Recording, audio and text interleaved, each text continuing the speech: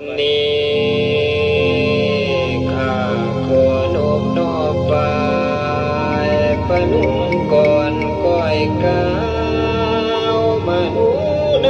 หลวงนาวคุณแก้วระนึกคำศรัทธาโยมเจ้าผู้ใจแก่การะนึกฮอดผ้าไตรลาดได้เอาตนโพยพาดผ้าเกลื่อนมาแล้วระลึกถึงคุณแก้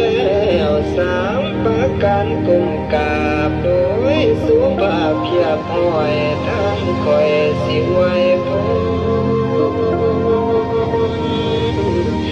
ขออย่าได้ทุกข์ยากก่อนประการสิ่งสันใดสัพพะเพเว้นสังให้เสื่อมสูญสลายสิ้นอยู่ทั้งกินทั้งสร้างทั้งบุญให้จดจ่อขออย่าได้ผู้พ่อมันให้ภายนี้ศรัทธาโยมเจ้าทั้งบุญในมือนี้มีแต่ความดีความมักดีจังให้อย่าได้มีมาไกลอ่างความเจ็บหรือความไข้แล้วได้ไกลข้างอย่าสิมาอยู่ข้างข้าของให้ข้ากินเจียบสังหกแง่ดิ่งประสาทจากวันนั้นกระเสื่อมสูงสุดใจนั้นส่วนใจสบายบ้างทั้งส่วนกายสามือดำโดยดีสะดวกดังตัวจิตตั้งกายคอยสุขบังทุกลานบ่พันพอสิ่งใดสาบาโรคจะได้แก้ไขหมู่มหาศาลกิเลสมันที่ให้หันมีเนื้อทางปัญจวัคทั้งห้าโลกาพยาเก่ายาสิมาอยู่เป่านำเจ้าให้หันหายสาปะไปสิ่งหายขาดกาย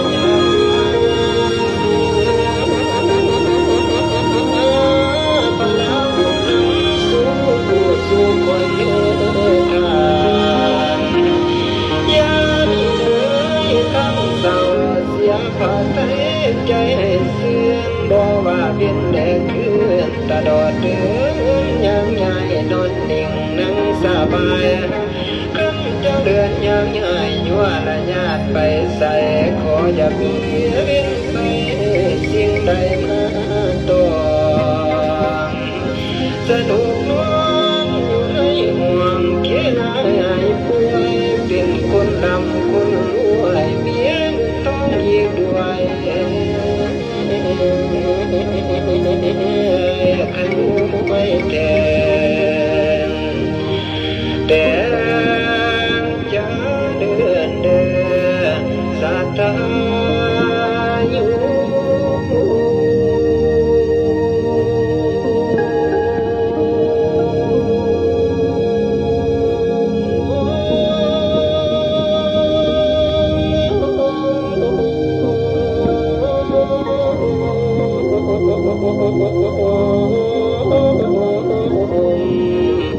นอนมีไปหมดทุกสิ้นสรรพสิ่งหงทางบ่มีคุณใดปานเปรียบประมามีได้ทั้งการเจ็บหรือการไข้เป็นหวัดให้ทั้งไข้ซ้ำเป็นน้ำเหนียบสาบันให้เบาบางบางถอยไข่ไทยปล่อยไข่ปางไข่สร้างไข่บาดใหญ่เป็นไข่ยือเป็นไอหรือเจ็บหัวปวดท้องอยากขาของในเกี่ยวพันทุกสิ่งสั่นวันนาโรคหายว่าทั้งเจ็บหัวเจ็บตาเมื่อยสาลาเจ็บท้องมันสมองเป็นบาเสียขาตาสมินการเจ็บท้อง